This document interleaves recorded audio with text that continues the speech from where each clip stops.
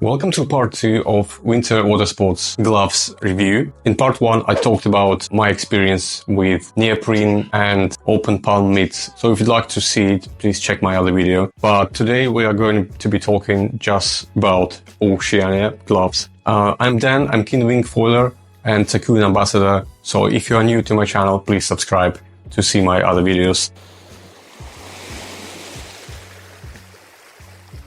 We had a chance to test Oceania gloves in about plus 10 degrees air and water in the same conditions when I was wearing 3mm neoprene gloves. After about half an hour, my hands were freezing cold and I had to go in just to take a break and warm my hands up because I couldn't continue. So on the first day, I tried Leopard shark gloves without internal insulation just to check out if there is any difference with 3mm neoprene gloves. Here's my wife putting these gloves on.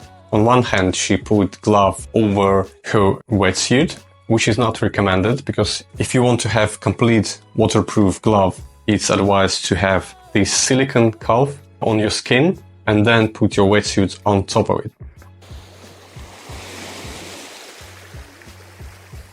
Once in the water, I would say that I could feel that the water is cold, but I didn't feel cold on my fingers. So it's like that feeling that you're protected, but you can feel that the environment is cold. I use harness a lot. I don't really have issues with crumps, but the grip of the gloves was quite important to me. Because sometimes when you want to jump or you do transitions, you don't wear harness, obviously. And to my surprise, I didn't have any issues at all. And I felt quite comfortable and confident holding my wing with these gloves. So my first test, I just stayed in the water for an hour. Wanted to go in and check my gloves, see if my hands are still dry. To my surprise, my hands were dry, maybe slightly damp, but I didn't feel that the water is getting in or there are any leaks.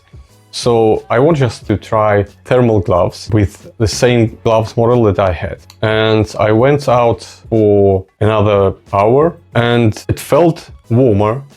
So I would say the first test of these gloves were quite successful and my wife and me were quite happy with them because it really helped to extend our session. We had a chance to go on a lake where the water is a bit colder than in the sea. There was about 7 degrees. The wind was very gusty, from 20 to 30 knots. Perfect opportunity to test Oceania Orca gloves, which are the warmest ones. So I put them on top of my wetsuit and my wife went out with thermal gloves on the Leopard shark model. And as you can see, she just put the gloves over her jacket, which is totally not recommended because the water most likely will get in. So when I went out with Orca glove, I instantly felt that it is much warmer than Leopard shark because the built-in insulation is seamless. You can't really feel it, but it didn't affect the grip because it's still quite thin glove. And I stayed on water for about 2.5 hours with little breaks.